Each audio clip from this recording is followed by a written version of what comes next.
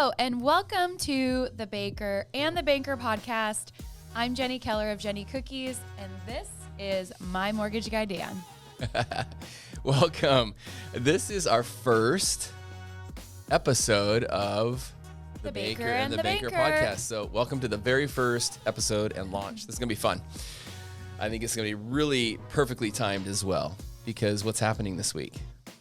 We are celebrating 19 years of marriage. I can hardly believe that. Can you? On Valentine's Day. Yeah, on of all days. Valentine's Day. And so we were thinking, what a great topic to start with. Doesn't mean that this podcast is going to be all about marriage. We have so many fun topics ahead. Well, what's it going to be about? It's going to be about life, marriage, relationships, business, I would say motivation. I mean, it can be about anything we want it to be. And we want to hear from you guys. So, we're going to start off with some things that we feel like we do know pretty well. But maybe there's topics that... Do you think we know a lot about marriage? I heard once from someone, because, well, really, before we say this, disclosure, when we talk about marriage today, we are not marriage experts. But what I heard once was, if you're just 10% more or know 10% more than the average person, then you kind of can, people will listen to you. Does that sound correct? No, I believe that. I believe that 100%. I think that's valid. I think that we have 21 years experience being together. Yeah, so that's definitely more than 10%. Yeah, I think I've read more books than 10% of the population. It's true. Population on relationships and leadership. And I know that I give more than 10% to you. So I think that, again, full disclosure, we're not here to give marriage advice. We're here to tell our story, and maybe it'll inspire someone or help someone, because as you'll learn today, it's not always been, what is that? I always say, rainbows and unicorns. Unicorns and sprinkles in the bake shop. It hasn't always been like that in marriage, and it's never gonna be like that. No. So I'm super excited to talk about marriage and relationships and just kind of our 19 years and how in the heck we're sitting here together 19 years later. Oh my gosh, Dan and I were on a walk a couple weeks ago, and we were saying 19 years, that's crazy. And I said, how did that even work? Like, I was 21 years old, fresh out of college, like graduated in June, met Dan in August, and wasn't looking for a husband. And then I met him. We got engaged 6 months later. No, a year later. I was going to say a year later. A year later, and then got married 6 months after that. So got married at 23 or 22 and a half. Yeah. But like, how did that even work? Was it love at first sight? Was it, there's one for everybody and I just happened to meet the one? Or did we somehow just battle it out and make it work? Well, I think it was 4 months into dating you, and of all places, I think I'd won a trip or something to Lake Tahoe, right? Yeah. And I was like, hey, I'm going to Lake Tahoe for the weekend. You want to come with? And you hardly knew me. I mean, we'd hung out a lot. I can't even believe I went, to be honest, looking back. No, but we went, we hung out together. We went on a dinner cruise, which was awesome. It was beautiful. But I think I came back from that trip. We slept in the airport because our flight got delayed or canceled. Yeah, remember that in Tahoe? Yes, definitely remember that. And you were just easy to travel with. You were just easy to be with. And I remember coming back, and we were at my condo. I think we were on a walking around the block, because we used to take walks. Yeah. And I remember telling you that, like, I'm going to marry you. I'm going to be with you. Like, you're the one. You're like, haha, whatever. And I was just like, after that trip, I felt that. And so I think that you find the one. I don't know if it's really hard to say that, because what if something were to happen to me? We've seen this a lot in life with other people, that something tragic happens to a spouse and they do get remarried. And although they love that person that was the one, I think that you can't say, like, I'm the only one for you. So, But I believe that God blessed both of us. God blessed me. Our paths crossed at the right time. I was not looking for, in fact, I did not want to be in Marysville, Washington. I had a really good thing going in Spokane, just finished graduate school, and had an opportunity to buy into a Gold's Gym franchise, which brought me back to Marysville, my hometown. I'm like, was not looking for a girl. In fact, I was like, this is stupid. Like, I'm going to make some money and I'm going to get the heck out of Dodge and get on with my life. And the weirdest thing is, I graduated college and moved back to my hometown, Marysville, Washington, and was working espresso in the parking lot of Dan's Gold's Gym. Also thinking, I am never going to meet anybody in my hometown. Do you know what this sounds like? What? A Hallmark movie. That's why you like Hallmark movies so much. Do love a good Hallmark movie. But no, wasn't looking for a husband at 21. It just happened to work out. And I mean, we've been through it, 19 years, 21, including when we kind of dated and we're engaged. But I think you're right. We have worked really hard on ourselves. We've continued to grow. We've learned, we've experienced, we've failed, I mean, but we've continued to move forward in everything that we've done. And again, not marriage experts. I think we got good advice though when we were here to dating. share some of those advice pieces with you guys today. And we did marriage counseling. I think we got good advice, and I think we both knew that. So you and I have talked about this before. One of the things I think that you liked in me is that maybe it was because I was a couple years older than you, like 4. Like 5. 4 years It's older, 5. that I had my stuff together. And I didn't really have my stuff all together. But, I was out of graduate school. I was working on a career. I had a checklist for what I wanted out of life and what I wanted in a partner, in a woman. And I just know that when I met you, the checklist was complete. I wanted someone that was mature, someone that had her stuff together. I'll never forget, we were talking about something and you had credit cards. I'm like, oh my God, she's 21 and she has credit cards and she has an 800 credit score. And I'm like, oh my God, the perfect girl. Was that on the list? And a job. Yeah, it was a list. Someone that had their stuff together. And so I think that was really important at the time, but this is probably our first piece of advice at all today to all you, if there's any younger kids or couples listening to this, is be crystal clear, like what you want in a partner. I was crystal clear in what I wanted in a partner. We shared the same belief. We both love Jesus. I think we got plugged into a church right away. We got marriage counseling too, from Brad. Yep. And that was great. And we committed. Yeah. Like we didn't say, hey, we're going to try this. Like when you're committed, you find a way. When you're not committed, you find a way out.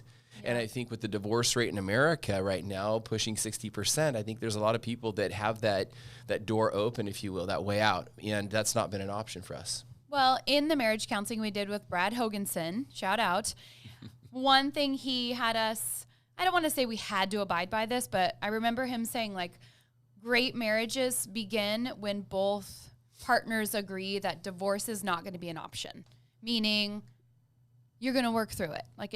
There's a crisis and you're not just going to give up. You are going to battle it out. And does that mean you can't get divorced? No, there's circumstances where that is necessary, but we did go into it with that agreement. And that's always stuck with me, even though I have the worst memory on earth.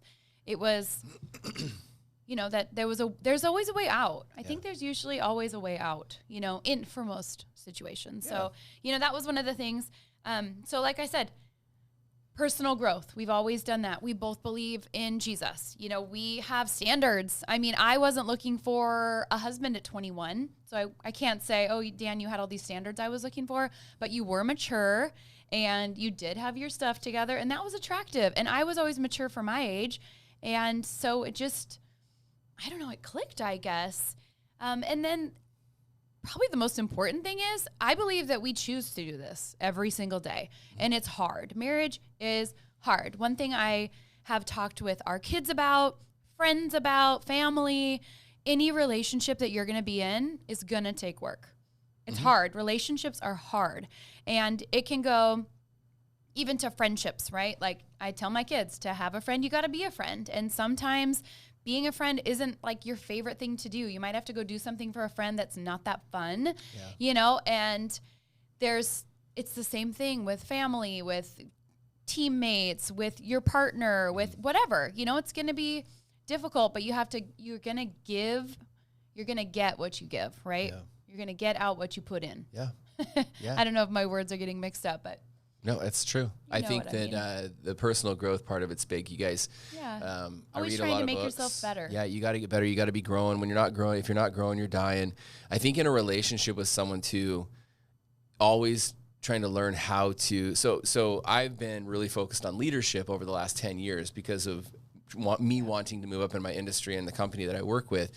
And what I've learned a lot in studying leadership is it's about relationships. It's about communication. It's about understanding others. And so I think that has helped that has helped in marriage. The other thing that's helped in marriage is we're grounded in Scripture. We're grounded in the Word. That helps a lot too. But I think that I would encourage you all, anyone, that invest in yourself first and foremost in regards to personal growth. Read and try to grow. I teach my loan officers this at the company that I work for. I oversee about 70 people. Our goal is to try to get 1% better each day. And we're not going to do that every single day. Some days we're going to get 3% worse, but it's going to average out over time. If we can have 300 days of the year at least where we're 1% better each day, it'll average out in your favor at the end of the year. So personal growth. So let us not fool you. Our marriage has not ever been perfect. There's no such thing as a perfect marriage, a perfect husband, a perfect wife, a perfect person. And so what do you do when things get hard? Because they're going to get hard. Yeah. I mean, Brad Hoganson, the marriage counselor, I remember him telling us there were, I think he said 3 things that were going to be challenging in a marriage. And I know one was money, one was family, and I honestly can't remember the third. And at the time I was like, what? It's no way. We're fine. Like, we're not going to have those problems, and sure enough, we did, but we've made it through a lot of those. Yeah. But, one thing I've told Dan a lot of times over the years, and I'm sure if you have a spouse or a partner of some sort, there's times when you're like, I love you so much, but I really don't like you now. I've heard that. It's true. And one thing Dan told me a long time ago, I always say this in life is a cycle of 3 things. You're either going into a storm, you're in a storm, or you're coming out of a storm. And that can be with anything. But I feel like that's even with our relationship, because we go through seasons where things are so good. Yeah. Like, we are connected, like we are so into each other. Things are great. And then we'll go like with these seasons where we're just super busy in our businesses and we're kind of just like passing, like we're doing our own thing. We're married, we're, committed to each other, but just not super connected at the time. And then we'll have these seasons where it's the I love you, but I don't really like you right now seasons. And those are hard. Yeah. And sometimes those little storms can be short or they can be long, And you said the other day when you were talking about 2019 saying, gosh, 2019 was so good, right? Yeah, it was good for you. It was good for me. I felt like our businesses were both going really good. We had just bought a beautiful house.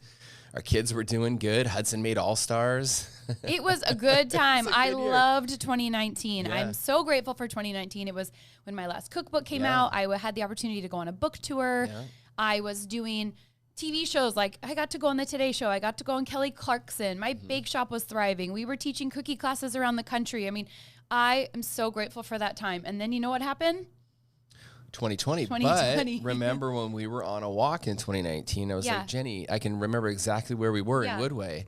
And it was just like, it's just eerie right now. This is really weird. Like, I feel like everything's just going too good. Like, your business is just in rhythm, and mine is great, and the kids are great, our health is great, our money is good, everything was good. We were coming out of a storm. We were coming out of a storm, and it was the sunny skies and beautiful weather, no wind. Yeah. And then 2020 hit and completely derailed. Yeah, so 2020 was a hard year for us. I mean, Dan was having his best year of his life. Mortgage was insane, right? Yeah. Mortgage rates were low, and and business was great, but on the flip side, my business was the worst. And it wasn't my fault, but I was doing everything I could to battle it out. I mean, I was legitimately delivering cookies to people's doors personally to keep the bake shop open and keep my employees employed. It was really, really hard. So our relationship was difficult because his business was thriving. Mine was going under, and I was working like crazy to keep it afloat. Yeah. And Dan's thinking, oh my gosh, I'm doing so good. You must be so happy. Well, I was really happy. I was sad. But I was also very, very selfish because I wasn't paying attention to your world was crashing down in front of you. I was like, it's okay. It's okay.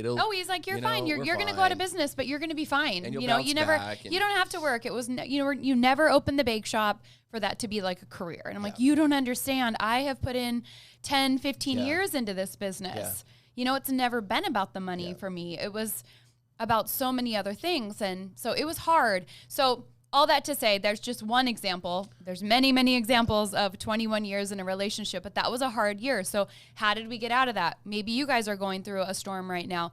What are some things that you can do to strengthen your relationship? I think we talk about two things since we're talking about storms, because this is something that really made a huge impact in my life and my business when I was taught this, understanding the cycles of life, the cycles of business relative to storms. And so I think two things we should talk about. One, what do you learn from the storm? True. Okay, because I think I learned to be more empathetic, to be more caring and compassionate to you, to be more understanding, to care more, to not be so selfish, okay? And these were conversations that you had with me. And after numerous arguments that had I been more empathetic and supportive of you and thoughtful of you, we wouldn't have had those arguments. It wouldn't have done anything for your business, but we probably wouldn't have been in some of the arguments or the fights or whatever that we had. So what do you learn when you're in a storm, okay? And what do you learn coming out of that and using it and applying it? The other thing, let's go back to, you were talking earlier about when things are really going good. Yeah. Let's talk about what were some things that were showing up in our lives when things were going really great. When we're coming out of a storm, or Well, maybe just when like you're going when things into are one. like when we're ticking. When things are good. Yeah, when things are good. What does that look like? Well, we're definitely connected. Mm-hmm. And one thing Dan and I started doing as soon as our kids, I guess, got to be old enough for us to leave them, Mm-hmm. was we started going on date nights. Date nights are huge. And people talk about going on dates, but it's really important to make that a priority in your relationship. And a date night does not have to be a fancy date night out. To a it could fancy be restaurant, taking a walk. Yeah. It could be saying, hey, let's, connect. Let's go get a pedicure. Yeah, or coffee. Let's grab for coffee lunch or whatever. Let's go on a drive. I mean, get creative, but just spending that uninterrupted time. The walks for us are huge.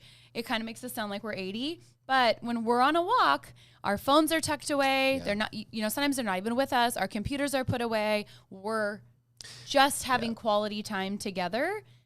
I love our walks. And we have really good conversations, too. We've done that even when we were single. Yep. Like, not single, but did. dating. We did the Dairy Queen walk. We used to go on walks, and the very end walk to Dairy Queen and have Dairy Queen and walk home with our blizzards. Gym rats, but we'd get our blizzards after. Yeah. So walks have always been important to us, but I think it's important to talk about some of the things that, like, when we are connected, what are the things that we're deliberately doing? Yeah. The date nights, the time together, the walks. I think we started this thing, what was it, in 2018, where you started doing some trips, and I'm like, I'm going to come with you, and then we're going to go see a baseball game, or I'm going to come with you and just do it with you to get out of town. So you kind of coined this date out of state thing. Yes. So So traveling. we are not great at relaxation. We both love to work.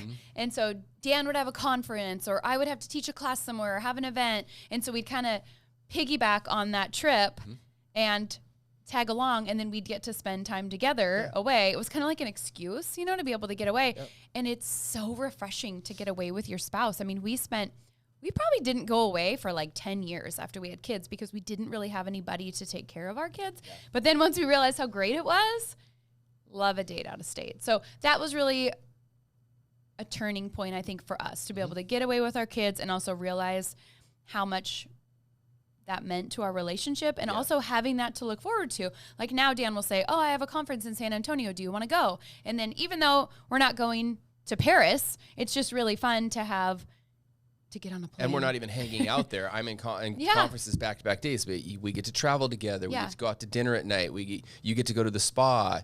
It's time away, and it's time together, and it's being unplugged. So it's really cool. Well, and another thing, nothing has to be huge. I mean, little things you can do for each other. One thing Dan started doing for me probably right after we got married, because I've always been a coffee girl. I grew up, I was a barista. My first business was owning a coffee stand. So coffee was running through my veins when you met me.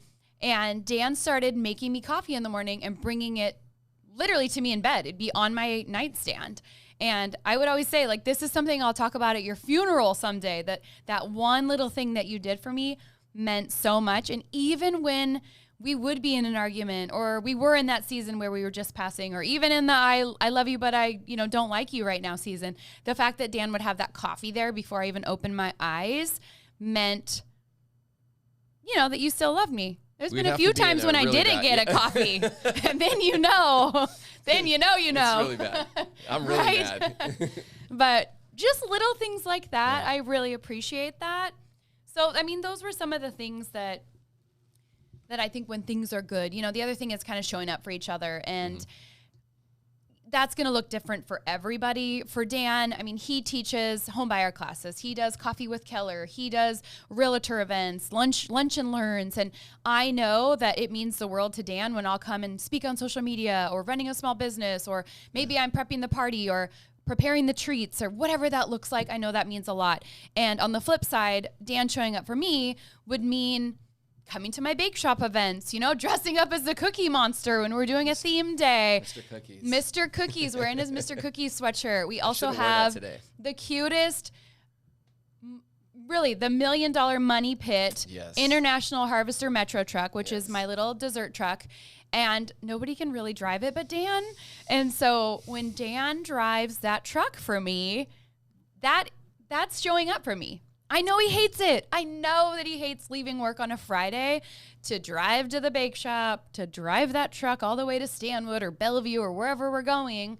But to me, that means the world, because I know he's worth more an hour, you know, than driving the Metro.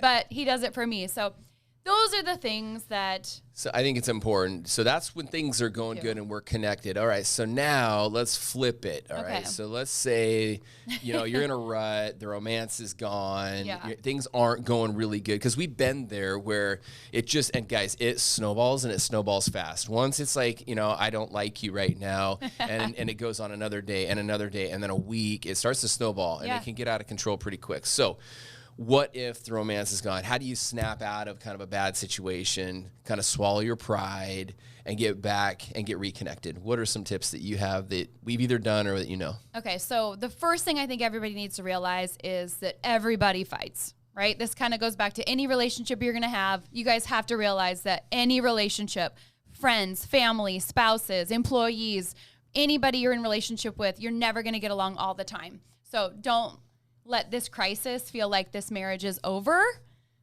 Okay, you got to get through it. It's like the storm. The storm will pass. And so let's say you have a friend that's listening to this, or we have a friend that's listening to this, and they're in a storm right now in their relationship. Today. When you get done listening to this, what's your best piece of advice? My gosh, well, I need to know what the situation is first. Yeah, the romance is gone. They're kind of we're going to the romance is gone. Yeah, the romance is gone, or they're just like not connected. They're not connected. What would you do? And then I'll flip it, and I'll kind of give you what I would do. So if the romance is gone, I'm thinking more like lovey-dovey, right? So, I mean, you got to be attracted to somebody. So I think that you got to find yourself attractive. You got to feel good about yourself again. And so for your spouse to find you attractive again, you've got to take care of yourself. And that could be appearance-wise, or that can be your inside. How are you feeling? So appearance-wise, start eating healthier. Maybe work out. Get your hair cut. Go get a spray tan. You know, get a new outfit. Maybe switch out those sweatpants you're wearing to bed every night and put something else on. We all have that ugly pair of whatever that our spouses hate. Each of us have something we both don't like. On the inside, maybe you need a personal day. You know, do you need to go spend some time alone? One thing Dan has always allowed me to do that I am so grateful for is he said, hey, go on a girls trip, you know, and I don't do those trips very good. It's usually a work trip, but I get to go away with a girlfriend or meet girlfriends and have that time away. And I think it's so important for women, probably men too, but to get away, because we do so much, and just have that time away from our families, from our to-do list. And I come back from a weekend with my girlfriends. I have laughed all weekend. We've connected, we've talked with each other, and I'm ready to do life again. And it's probably would just be like you going fishing, or a guy going on a hunting trip, or maybe a golf tournament, or whatever guys like to do. And so I would say encourage your spouse to maybe go do that. And there's actually been times when you and I are in maybe one of those storms, if you will, and you've literally said, why don't you go away for the weekend? Get out of here. You know? And so I kind of know what you mean when you're saying that now, but it's refreshing. Yeah. We need to get away. Sometimes just break up that energy. And so that would be a couple of my pieces of advice, but it's different because you're a male. Yeah. Well, if your romance is out, what are you thinking? Yeah. And also, though, for females, too, it's not always about looks. So the other thing I would say is, like you're saying, hey, go to the gym, clean yourself up, all this stuff. I get that. Like, that is really important. But sometimes it's a checkup from the neck up. Sometimes you got to have an attitude adjustment. And we've been married 19 years. Yeah. I think a bad attitude out of my spouse or bad moves out of my spouse is even more unattractive than physical looks sometimes, oftentimes. And so I would encourage you there too, to give yourself a checkup from the neck up. I always say that, like, hey, how's my attitude? Give yourself an attitude assessment. Do I have a bad attitude? Do I have a bad outlook? Am I looking at the glass half empty versus the glass half full in our relationship, at our house, in our life? And sometimes it's hard. I'm telling you, it has not always been easy. There's been times where we have no money, where just business is tough, and there's just struggles, and it's hard to put yourself in a good mood in those situations when the deck's kind of stacked against you at times. Yeah. And so going back to something I've always learned, that when you're in a bad mood or you're in a funk, default to gratitude thinking. Sure. Write down 4 or 5 things that you're grateful for. Even if your finances are in a mess or whatever might be in a mess, there's always I learned this from Zig Ziglar years ago. There's always things to be grateful for. And if you don't believe it, just sit down with him or sit down with someone that can help bring some perspective to your life and your conversation, and you'll be able to find some things you're grateful for. So I would just piggyback on what you said. That's not always physical. Sometimes it's mental. What I would say, first off, if my relationship is struggling, I know you.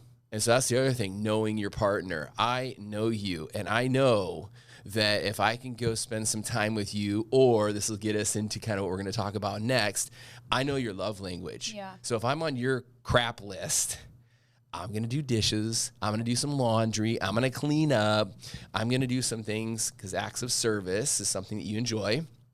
But wait, before we say that, does everybody know what love language is? Because this is so important. Yeah. And if I can encourage you to do anything, please take the love language test. Mm-hmm. It's not long. It's simple. Learn the love language of your partner, your spouse, your employees, like anybody you're in contact with. We did that with our kids. I know what my kids' love language is. Dan's love language is words of affirmation. And usually what your love language is, that's what you give, right? So Dan gives all this encouragement and the words of affirmation to people around him. And I give acts of service, meaning I'm showing my love to Dan all the time by keeping his house clean, making sure he has all the, his protein shakes in the fridge, like going to do the homebuyer classes for him, planning his, like just serving constantly. And I'm like, look at all these things I did. I did all your laundry. It's like same day service. I don't care. Tell me I'm great. And he does not care. He wants to hear, oh my gosh, you're so smart. How did you think of that? Wow, I'm so proud of you. So it's important to know. Ladies, most men, by the way, if you study this, most men are, like, is 90+% of men are words of affirmation. Well, they're also physical touch. Yeah, but they're number one. If you words of affirmation, it's the book men? that I'm finishing reading right now called Love and Respect. Women want to be loved, men want to be respected. Yeah. Part of being respected is, oh my God, you're doing such a good job. Yeah, it's and if you're not that, it's yeah. hard. Yeah. You're right. There's also gifts. There's quality time. There is, so words of affirmation, physical touch, and acts of service. Yes. Yeah. So learn your love language. Yeah. I would tell that friend that. Do you know your partner's love language? Yep. I also think you do need to look at yourself. When you're having a struggle in your marriage, kind of look inward, and how can you change how you're acting? You can't just expect the other person. Sometimes you might just have to bite the bullet and you be the change that you want to see, right? That's like that's a famous quote. Yeah. You be the change you want to see in the world. You be the change you want to see in your relationship. And sometimes that'll move the pin a little bit for you each time. And it's hard to be that more. Yeah, take the high road. Take the high road. Yeah. One time you said, in marriage, you should always give like 110%, or say what you said. Because I remember we were on a plane once and you told me that. I can't remember do you even remember what I'm saying? So the stats are that you give 50-50, and then it's been revised, and then if you're out of balance and one's giving more, and then there's another an updated stat to that you should give 101 or 110. You should give it your all plus. And the argument that I love with that is that if you give your 101, you have nothing left over. If you're all in and you're giving more, you're going to run out of energy fast. So you're not going to have any of that effort, that love, that extra energy you need when times do get tough, right? So I believe that you just give your all. You give your all every single day. And here's the thing, and come to terms with the fact that some days your all might be 50%. Yeah. Your all might be 70%. It's kind of like your 3% or 1% thing. Yeah, you just give it your best every single day. The averages will work out in the end. And, my coach always says this, you don't have to win every quarter. You got to win 3 out of 4. Yeah. No, that's good. To win the game. So a few things I think couples do together that are important, right? They eat meals together, which can be challenging. Sometimes that looks like just having coffee together for us in the mornings or having dessert together. But spending some time together doing that. Traveling together, which is another big one. And maybe you can't travel all the time, but maybe you're going to save up for a trip and have something to look forward to and be researching that trip. That's something fun. Going to bed at the same time, which is tough. That's a hard one for me because Dan likes to go to bed early and I am a night owl. And when we first got married and had kids, that was really difficult because Dan would say, come to bed as soon as our kids were in bed.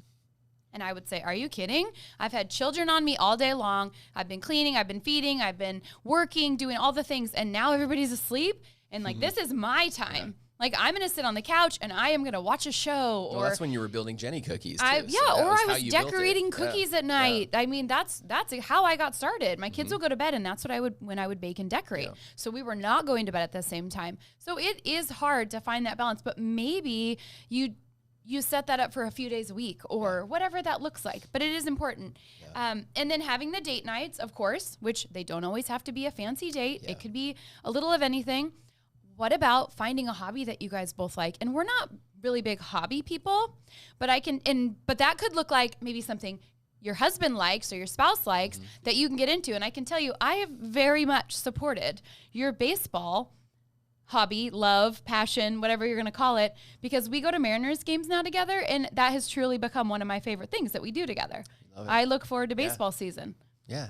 So maybe there's something your spouse says that you can kind of get on board with. If he likes to golf, maybe you drive the cart. If he likes to watch football, maybe you host a football watch party. I don't know. I don't know your guys' relationship. It's not things you're doing all the time. Just when you're a part of your partner's hobbies, it's something like baseball is seasonal. Something that I'm doing right now, I'm doing this exercise program called 75 Hard. It's 75 days of 2 workouts a day. It's crazy. One has to be indoor, one has to be outdoor. Yeah. And so I'll get home from work at 6 or 7 sometimes. We'll eat.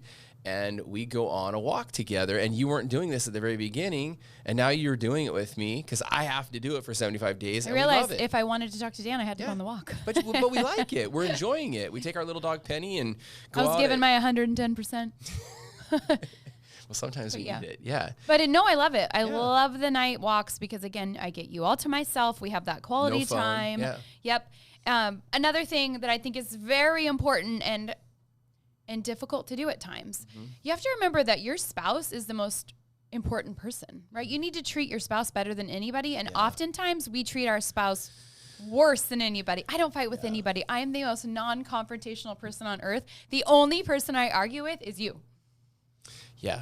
And I think it's similar. It's hard. You know? Yeah. And so that's something, again, check up from the neck up. I know that about myself. Like, for some reason, I can just argue with you and I don't argue with anybody else. I think it's important to encourage your spouse's dreams and goals and aspirations. And you've done a really good job supporting mine. I feel like we both have, but I can give examples. Dan and I met in August when I was 21 years old. I was working espresso. I had just graduated from college with a psychology degree, but all I ever wanted was my own coffee stand. That was my dream. And as silly as that sounds, about 6 months after I graduated college, this little coffee stand went for sale in Marysville, the town we grew up in. And I'm like, I would do anything to buy that stand. Well, I did not have that kind of money as a 21-year-old. And Dan's like, I'll buy it with you. I still can't believe it when I look back at that. And he's like, well, what'd you say? You're like, I knew I was going to marry you. Yeah. And we somehow scrounged up the money to buy this coffee stand. And he's like, you can do it. And I bought that on a Friday night. And I opened on Monday morning. It was called One for the Road. And I worked at that little coffee stand, 4 a.m. until, 2 p.m. I loved those years. I'm so grateful for those years. And then I had Allie, and we sold that coffee stand, and I was a stay-at-home mom. And then I started making cookies, and I got passionate about making cookies. And that's how Jenny Cookies was started. And Dan was always very, very encouraging about this silly little cookie business, and I'll never forget when Tori Spelling got a cookie of mine, which sounds crazy. And she said, can you do this party for me? Can I have your cookies at some back to school party she was throwing? And it's a long story, but to make it really short, Dan was like, oh my gosh, go, you have to go. I'm like, Hudson's 6 months old. I'm not leaving my baby. I'd never even left my baby. And we had no money. No. And we had no money, and nothing was paid. It was all given. You had to make the cookies and volunteer. And he said, you have to go. And I can't even believe I did it when I look back. But I flew to California. This was before iPhones. This was before anything. I flew to California. I rented a car. I rented an Airbnb. I went to Target and bought a KitchenAid mixer. And I baked all those cookies and cakes and cake pops and Rice Krispie treats and little caramel apples with pencils as the stems because it was a back to school party. And I did that with the support of Dan at home with my kids the first time I had ever left them. And so that was another example of you supporting what I wanted to do. And I spent 10 years kind of teaching classes and doing those celebrity parties. I never had a bake shop. And when we decided it was time to open a bakery, guess who supported me and helped me open that bake shop? And has continued to. So that's a really, really big one. And sometimes the dreams sound crazy, but if your spouse believes in you, you have to have that or you can't do it. And one you're going to like too, but work hard with your spouse to create financial security. Mm-hmm. Yeah. Because that's more on your side. Financial security is a good one. It's important. I think I'm the free spender or whatever it is in the free spirit. Dave Ramsey would call you the free spirit, and I'm the nerd. Yeah, but that it's important to have that. Also, like having that independence, and that would go back to being able to travel or be, you having your fishing hobbies, having that independence outside of the dependence that you have in your relationship.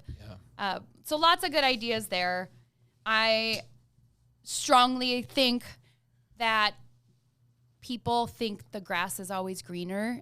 In this day and age, it's all social media all the time. It's in our face. We're seeing everybody's highlight reels, all the good. And it's so easy to look at somebody else's relationship or marriage or job or opportunity. And you start to think like, ooh, that looks good. Wish I had that, But you got to remember that the grass is always greener where you water it.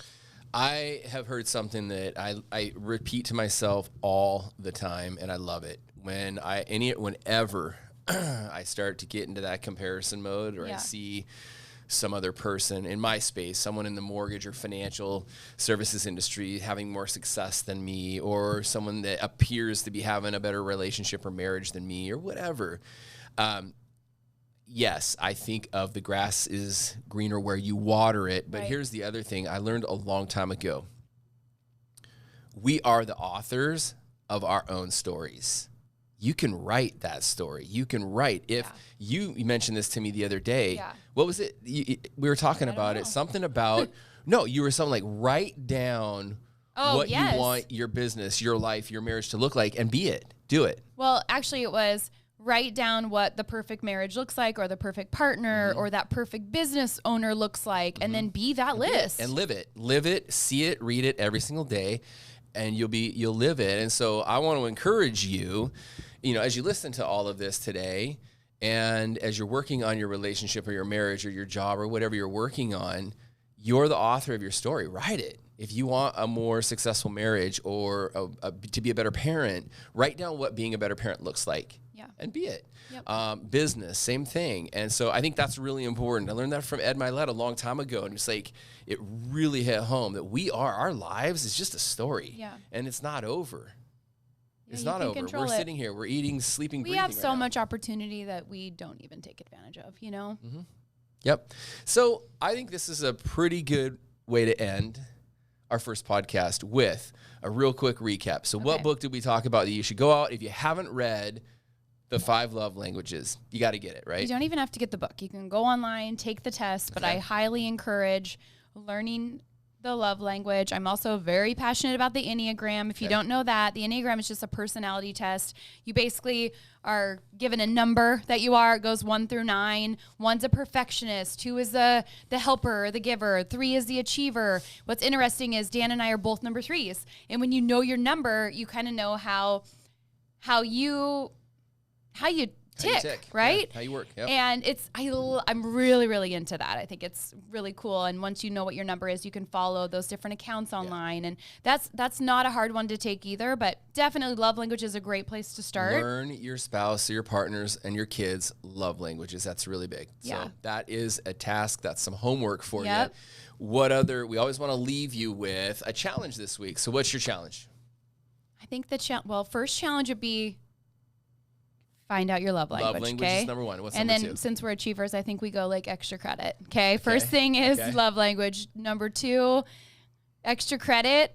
I want you to date your spouse this week because we talked about dating is so important. So I want you to invite your spouse on a date. Doesn't have to be fancy. And if you don't have a spouse, maybe invite a friend, maybe invite a parent, a grandparent, a neighbor, somebody. I think it's important to cultivate relationship and have that with others. But start there. And then I think it would be fun to see your dates or see and hear what your love languages are and how you're serving others, knowing what their love language or even Enneagram number is. I love that. It's fun. I love that. Well, I think that's a wrap. I wish that I was able to have listened to a podcast like this 20 years ago. I know it would have helped me maybe kind of make some better decisions in my marriage. And that's my hope and that's my intent and prayer in regards to starting this with you, is that it will inspire others and help other people find joy in their relationships, but also have better relationships. And again, this podcast is not all about marriage. So we're going to be talking about business, and we're going to be talking about kids, and we're going to be talking about traveling and so many other great things. If you haven't already figured this out, my wife is super entertaining. It's always something new with Jenny.